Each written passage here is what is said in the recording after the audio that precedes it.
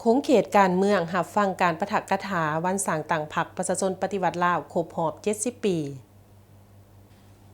โค้งเขตการเมืองได้รับฟังการปะทะกะถาวันสร้างต่างพรรคประชาชนปฏิวัติลาวครบรอบ70 ปีวันที่22มีนา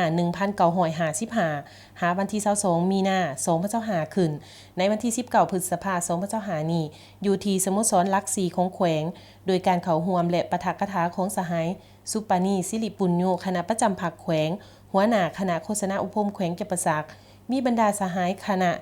หัวหน้าแผนกพร้อมด้วยพนักงานลักแรงในโค้งเขตการเมืองเข้าร่วม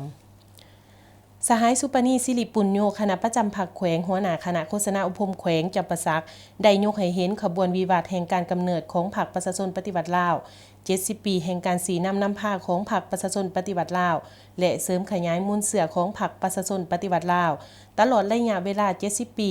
แห่งการนำพาของพรรคบ่ว่าจะเป็นระยะต่อสู่กูศาสตร์นับแต่มือสร้างต่างพรรคในวันที่22มีนา1955เป็นต้นมาพรรคเฮาได้มีการสีนำพาเด็ดเดี่ยวมีวิทยาศาสตร์และมีความฉลาดสงสัยอันใดนำพาปวงชนลาวบรรดาเผ่าผู้รักศาสตร์ต่อสู้กับอิทธิกำลังปรปักษ์ที่โหดร้ายป่าเถื่อนบ่ว่าจะเป็นจำนวนพลอาวุธและเทคนิคที่ทันสมัยเหนือกว่าเป็นหลายเท่าแต่ด้วยความฉลาดสงสัยและมีไหวพริบปฏิภาณของพรรคบวกกับน้ำใจรักศาสตร์อันดูดดื่มบ่จำนนต่อศัตรูผู้รุกรานของคนลาว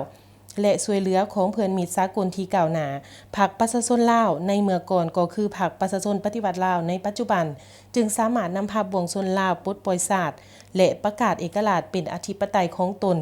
ขึ้นในวันที่2ธันวาคม1975ภายหลังปลดปล่อยชาติพรรคเฮาก็ได้นำพาปวงชนลาวดำเนินการปลดแปลงบาดแผลสงครามและปฏิบัติหน้าที่2ยุทธศาสตร์คือ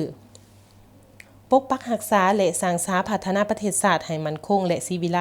ตลอดระยะ70 ปีแห่งการสร้างตั้งพรรคประชาชนปฏิวัติลาวและ50 ปีแห่งการสถาปนา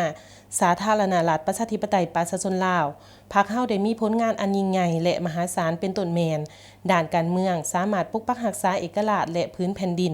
อันครบถ้วนไว้อย่างมั่นคงพรรคได้นำพาการพัฒนาเศรษฐกิจสังคมให้มีการขยายตัวอย่างต่อเนื่องและมั่นเทียงด้านวัฒนธรรมได้มีการปกปักรักษาและเสริมขยาย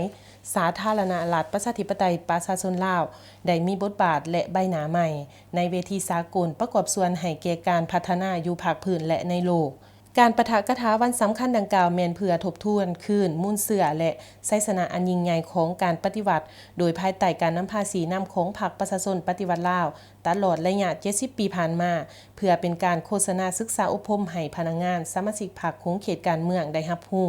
เข้าใจเกี่ยวกับประวัติศาสตร์และมูลเสือการนำพาของพรรคเฮา